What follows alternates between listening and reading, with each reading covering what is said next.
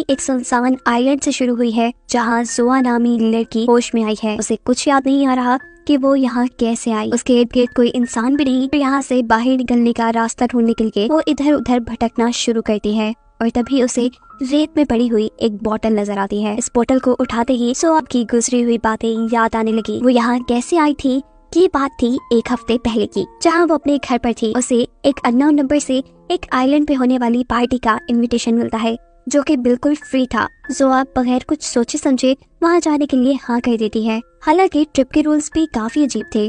पहला ये कि वो इस ट्रिप की लोकेशन के बारे में किसी दूसरे को नहीं बता सकती थी और दूसरा ये कि वो अपने साथ इस ट्रिप पर किसी को लेकर भी नहीं आ सकती थी। इन रूल्स को एक्सेप्ट करने के बावजूद भी जोआ पार्टी में अपने फ्रेंड को ले जाने का डिसाइड करती है और पहुंचती है उस सीक्रेट जो कंपनी ने उसे बुलाया था। इसी लोकेशन पे इन्हें एक और लड़का भी मिलता है और फिर वो ड्रोन उन्हें एक कमरे तक ले आता है जहाँ बहुत सारे लोग थे और उन्हें उसी पार्टी का इनविटेशन मिला था। कुछ देर बाद यहाँ कंपनी की गाड़ी आ जाती है उन्हें आइलैंड पे ले जाने के लिए, जिसमें बैठकर ये लोग मस्ती करते हुए पहुँचते हैं एक बीच पर, क्योंकि आगे का सफर इन्हें बोट से तय करना था। यहाँ बोट में उनकी आइडेंटिटी चेक हो रही थी, जो देख जोआ की फ्रेंड डर जाती है क्योंकि उसके पास पार्टी का इनविटेशन नहीं था और वो अब उसे पार्टी में ना जाने देते। लेकिन हैरानकुन तौर पर ये मास्क पहने हुए लोग उन्हें रोकते भी नहीं और फिर कुछ ही देर बाद पार्टी में आए सभी लोगों का मोबाइल फोन ले लिया जाता है। मोबाइल फोन लेने वाली बात सभी लोगों को अजीब लग रही थी, पर ये लोग आधे रास्ते में आ चुके थे और कंपनी की बात मानने के अलावा इनके पास कोई रास्ता भी नहीं था। तकरीबन 1 घंटे की इस बोट की सफर को एंजॉय करते हुए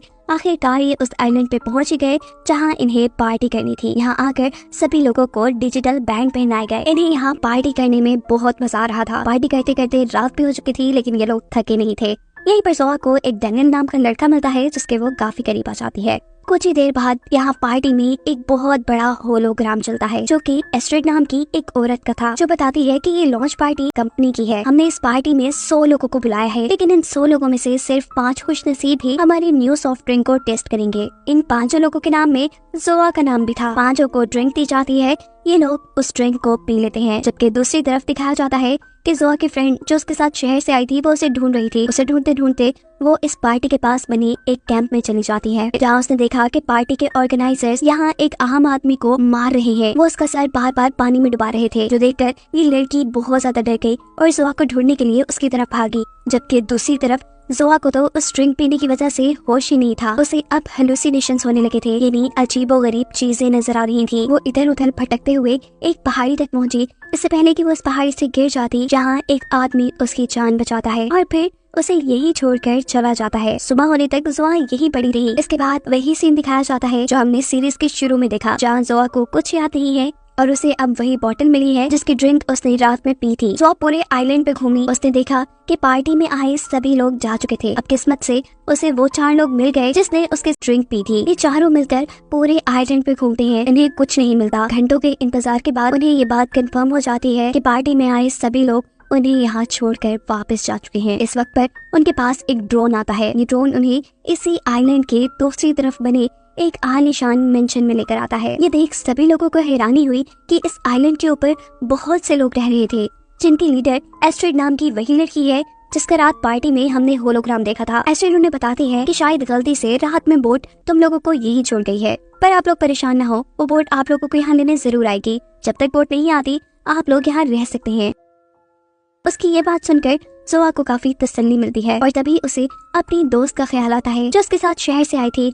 पता नहीं वो वापस गई भी कि नहीं। जोआ अपने रूम में आती है जहाँ उसे 2 लोग मिलते हैं। इनमें से एक निको नाम का वही लड़का था जिसने रात में जोआ को पहाड़ी से गिरने से बचाया था। जोआ ने यहाँ उसे थैंक्स किया अपनी जान बचाने के लिए और फिर ये दोनों बातों में लग गए। ये दिन तो उनका अच्छा गुजरा और अब जब अगले दिन इन लोगों ने यहाँ पे रहने वालों से बोट के बारे में पूछा तो इन्हें बताया गया कि समुद्र में बड़ी लहरें होने की वजह से बोट को किनारे तक लाया जाना मुश्किल है। उन्हें 1-2 दिन का इन लोगों के पास कोई और चारा भी नहीं था कि वो इनकी बात पे भरोसा कर लेते, लेकिन इन 5 में से एक लड़की को आइलैंड वालों पर शक हो गया। ये लोग अब आइलैंड पे घूमने के लिए चले गए और यहाँ पर जोआ को वो लड़का दिखा जिसको पिछली रात उसने अपनी दोस्त के साथ देखा था। वो इस लड़के से जाकर अपने दोस्त के बारे में पूछती है, लेकिन वो लड़का बड़े गुस्से में बदतमीजी से उसे जवाब देता है कि मैं इस नाम की लड़की को नहीं जानता। जोआ अब डर चुकी थी। उसे भी आइलैंड के लोगों पर शक हो रहा था। इस सब के बाद जोआ दोबारा आइलैंड के मेंशन में आ गई, जहाँ वो देखती है कि एस्ट्रिड इस आइलैंड के सभी लोगों को योगा करवा रही है। जोआ को तो इन चीजों में कोई इंटरेस्ट नहीं था, पर एस्ट्रिड के कन्विंस करने पर वो आ जाती है। जिसके बाद एस्ट्रिड ने जोआ से उसकी पर्सनल लाइफ के बारे में सवालात किए, जिसके जवाब में जोआ ने बताया कि उसका बचपन बहुत ही मुश्किल से गुजरा। उसकी मॉम ड्रग एडिक्ट थी, इसी वजह से जोआ को खुद अपना भी और अपनी बहन का भी ख्याल रखना पड़ा। ये सब सुनने के बाद एस्ट्रिड उसे हौसला देते हुए गले लगाती है। इस सब के बाद आइलैंड के लोग इन पांचों को बताते हैं कि कल को कंफर्म आप लोग की बोट आ जाएगी और आप लोग यहाँ से बाहर जा पाएंगे। लेकिन वो लड़का जिसे आइलैंड वालों पर शक था, वो अभी भी उनकी बातों का एतबार नहीं करता। जबकि दूसरी तरफ दिखाया जाता है कि बाकी चारों लोग तो आइलैंड के लोगों से काफी घुल मिल चुके थे। जोया की निको नाम की एक लड़की के साथ जोया के दूसरे साथी को आइलैंड पर रहने वाली एक लड़की से प्यार हो गया था। दिखाया जाता है कि अब एस्ट्रिड ने इन पांचों के यहाँ से जाने के लिए फेयरवेल पार्टी का इंतजाम किया हुआ था। पर जब सब लोग पार्टी में बिजी थे तो जोआ का वो साथी जिसे आइलैंड वालों पे बिल्कुल एतबार नहीं था, वो यहाँ से निकलने में लग जाता है। आइलैंड के किनारे पे आके उसने दूर से आती एक बोट देखी, जिसमें इस आइलैंड पे रहने वाले लोगों के लिए सामान आया था। ये बोट इस लड़के के लिए एक उम्मीद थी, उसे इस आइलैंड से बाहर जाने का रास्ता मिल गया था। पर ये बात वो अपने सभी साथियों को बताने जाता है, लेकिन जब कोई इसकी बात नहीं सुनता तो वो अकेला ही आइलैंड के किनारे पे आके छुपते छुपाते तैरते हुए उस बोट के अंदर घुस जाता है। रात थी, इसीलिए वो सो गया था। जब सुबह उसकी आंख खुली तो आइलैंड की एक लड़की उसे देख चुकी थी। वो उसे कुछ बोलने का मौका ही नहीं देती और अपने एक गैजेट से उसको मार देती है और फिर इसी लड़के की डेड बॉडी के साथ दोबारा इसी आइलैंड पे वापस आ गई। और यहाँ पर अब इस आइलैंड का सच रिवील होता है। इस आइलैंड पे रहने वाले सभी लोग एक कम्युनिटी है जिनकी लीडर एस्ट्रिड है। उसी ने अपने आइलैंड के कुछ लोगों को ये काम दिया कि बाहर से आने वाले लोगों के साथ दोस्ती करके उन्हें इस आइलैंड पे रहने के लिए कन्विंस किया जाए। दिखाया जाता है कि अगली सुबह जोआ जल्दी उठ गई है क्योंकि आज शिप आने का दिन है। वो जल्दी से जाकर अपने सभी साथियों को उठाती है, पर नहीं मिलता। जोआ का दूसरा साथी उसे बताता है कि रात उनके साथी ने उनसे इस आइलैंड से भाग जाने की बात की थी, शायद वो भाग गया होगा। ये सुन वो बहुत ज्यादा परेशान हो जाती है, पर अब वो किसी भी हाल में इस आइलैंड से निकलना चाहती है। साथ ही जोआ के ग्रुप के दो लोग एस्ट्रिड की कम्युनिटी का हिस्सा बनने के लिए मान गए। दिखाया जाता है कि एस्ट्रिड हमेशा इस आइलैंड पे रहने के लिए उनसे एक कॉन्ट्रैक्ट साइन करवा रही है।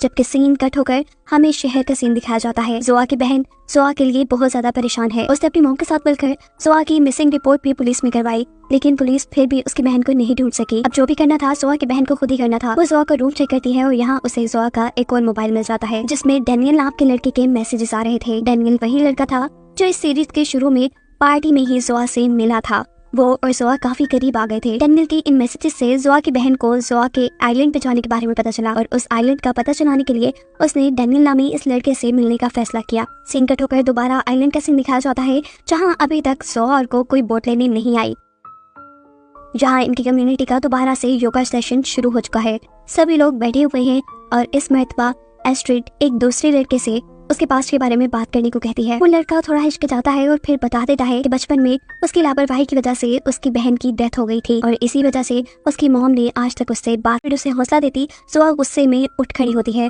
और कहती है कि एस्ट्रिड की सारा ढोंग रचा रही है, वो हमें इसी आइलैंड पे रोकना चाहती है, मैं जानती हूँ। साथ ही उसने कम्युनिटी के बाकी लोगों पर भी गुस्सा करना शुरू कर दिया, जो बार बार इनको लारा लगा रहे थे कि इनको वापस घर ले जाने के लिए एक बोट आने वाली है। जो गुस्से में वहाँ से उठ के दूर चली आई। उसके पीछे पीछे उसका दोस्त निको भी यहाँ आया। उसके गुस्से को ठंडा करते हुए निको ने उससे कहा कि अगर तुम इस आइलैंड की सच्चाई जानती हो तो रात में मुझसे मिलना। रात होने पर निको उसे जमीन के नीचे एक गुहार में ले गया, जहाँ लकड़ियों के ऊपर एक डेड बॉडी रखी हुई थी। ये किसी और की नहीं बल्कि जोआ की उसी दोस्त की थी जिसके साथ वो इस आइलैंड पे आई थी, जिसे देखते ही जोआ चीख चीख कर रोने लगी। जिसके साथ इस सीरीज की कहानी यही खत्म हो गई और इस सीरीज के दूसरे सीजन को बिल्कुल इसी सीन से शुरू किया गया, जहाँ अभी भी जोआ अपनी दोस्त के लिए रो रही। यहाँ जोआ ये जान पाई है कि उस रात जब उसे लगा कि उसकी दोस्त उसे छोड़कर इस आइलैंड से जा चुकी है, असल में उस रात उस लड़की का मर्डर कर दिया गया था। जोआ ने अपनी दोस्त के मरने के गम में कई दिन यहाँ बेड पे ही गुजार दिए। इसी रात यहाँ पर एक बहुत बड़ा तूफान आता है।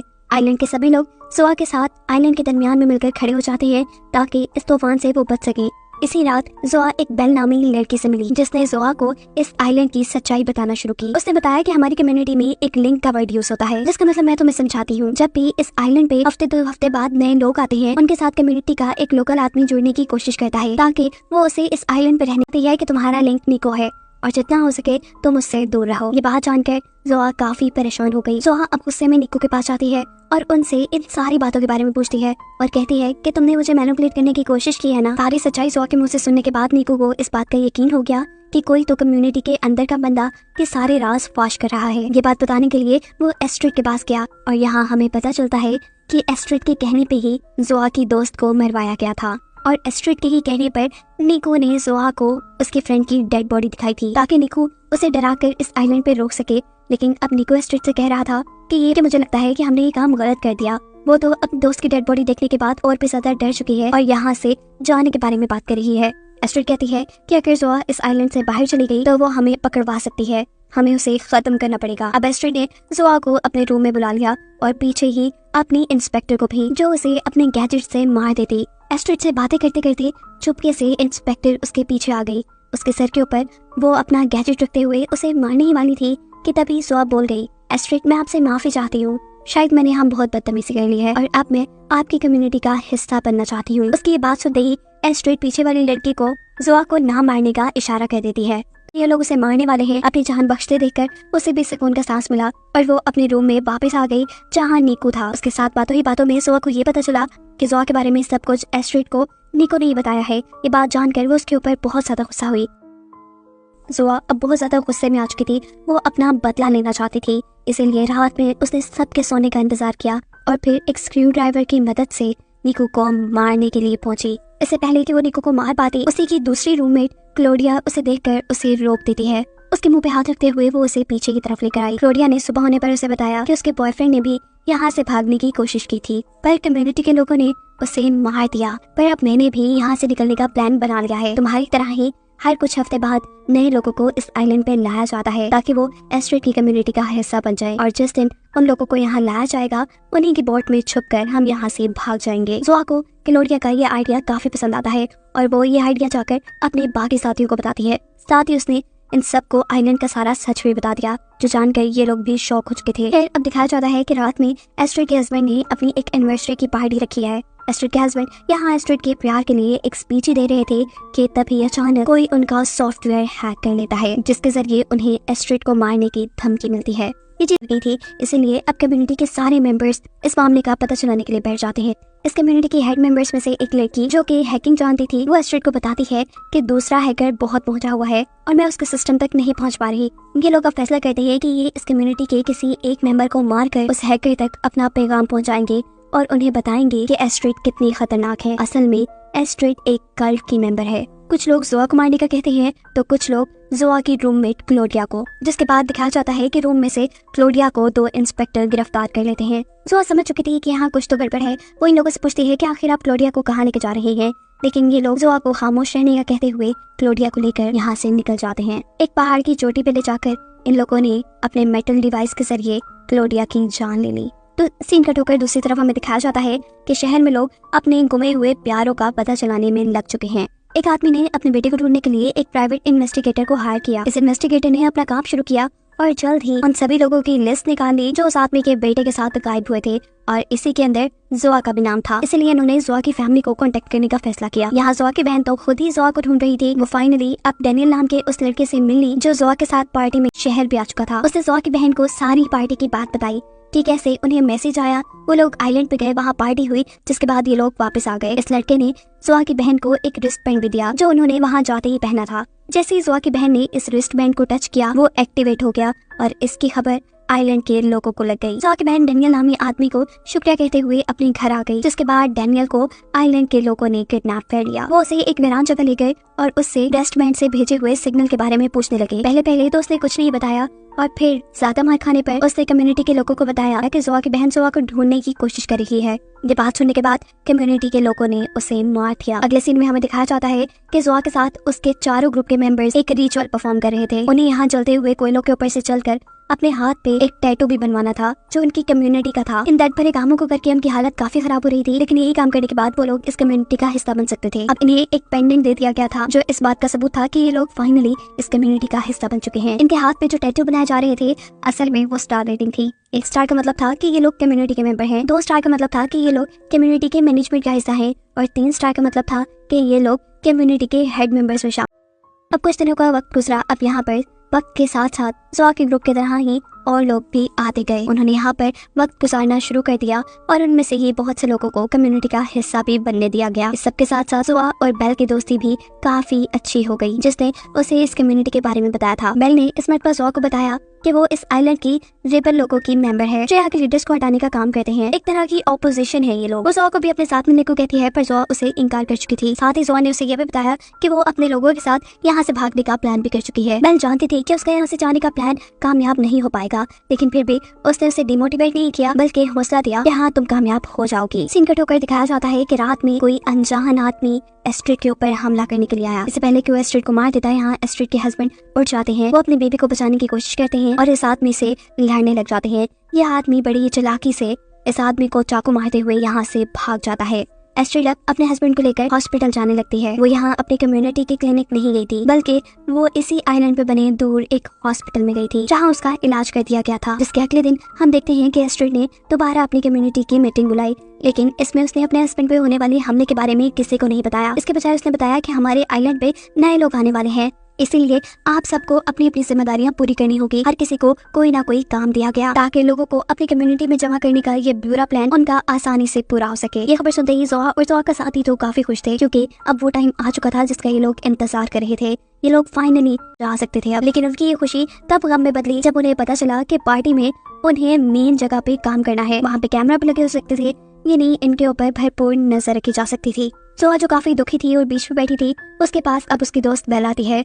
जोआ अपनी सारी प्रॉब्लम उसे बताती है कि कैसे वो तो यहाँ से भागने का प्लान कर रही थी, लेकिन अब उसकी ड्यूटी मेन पार्टी साइड पे लगा दी गई है, जहाँ से सब लोग उसके ऊपर नजर रखेंगे। तब बेल उसकी मदद करने का फैसला करती है और कहती है कि तुम अपने प्लान पे फोकस करो, वहाँ लोगों का ध्यान भटकाने का काम मैं कर लूंगी। फाइनली अब लोगों की बोट भी यहाँ तक आ गई, पार्टी शुरू हो गई। जोआ और जोआ का साथी बगैर किसी को शक दिलाए कई घंटे यहाँ खामोशी से काम करते रहे। फाइनली अब वो टाइम आ चुका था जब जोआ को अपना प्लान पूरा करना था। उसकी दोस्त बेल उसका यहाँ साथ देने वाली थी। उसकी कम्युनिटी के जितने रिबल मेंबर्स थे, उसने सबको साथ मिलाते हुए यहाँ पर एक शॉर्ट सर्किट करवा दिया, जिससे यहाँ अफरा तफरी मच गई। इस चीज का फायदा उठाते हुए जोआ का दूसरा साथी पहाड़ी की दूसरी तरफ गया। उसने वहाँ से रेत हटाई और वहाँ उसे एक ऑक्सीजन सिलेंडर और मास्क मिला, जो बेल ने उनके लिए वहाँ रखे थे, जिसको लगाने के बाद वो पानी के अंदर छुपते हुए बोट तक पहुंच गया। बोट में चढ़ते ही अब उसके सामने आइलैंड का ये देखकर वो घबरा जाता है। उसे लगता है कि अब आइलैंड वाले उसे मार देंगे, लेकिन ड्रोन का कंट्रोल उसकी गर्लफ्रेंड के हाथ में था और गर्लफ्रेंड इस कम्युनिटी की हेड मेंबर थी। उसे समझ नहीं आता कि वो अब क्या करे। वो अपने इस दोस्त को मारकर कम्युनिटी के लिए अपनी वफादारी निभाए या फिर अपने दोस्त को बचाए, और वो आखिर में अपने दोस्त को जिंदा छोड़ देती है और इस ड्रोन को यहाँ से हटा देती है। सभी लोगों को चकमा देते हुए जोआ भी अब उसी पहाड़ी के पीछे आई, जहाँ से उसके साथी को ऑक्सीजन सिलेंडर मिला था। इससे पहले कि वो भी ऑक्सीजन सिलेंडर पहनकर यहाँ से भागती, इस कम्युनिटी का एक मेंबर उसे देख चुका था। वो उसे यहाँ पर मारने की कोशिश करता है। इससे पहले कि वो अपना काम पूरा कर देता, यहाँ पर जोआ का दूसरा साथी आकर पीछे से उस पर हमला करके उसे मार देता है। मौका पाते ही अब जोआ भी पानी के अंदर छलांग लगा चुकी थी। फाइनली ये लोग इस आइलैंड से बाहर जाने वाले थे। इससे पहले कि वो बोट पर चढ़ती, उसे दूसरी बोट में कोई जाना पहचाना इंसान नजर आता है, जो उसकी बहन थी और इस पार्टी में आ चुकी थी। अपनी बहन की जान बचाने के लिए अब उसने अपनी जान को दांव पे लगाने का फैसला किया और इस आइलैंड पे ही रुकी रह गई। और यही दिखाते हुए ये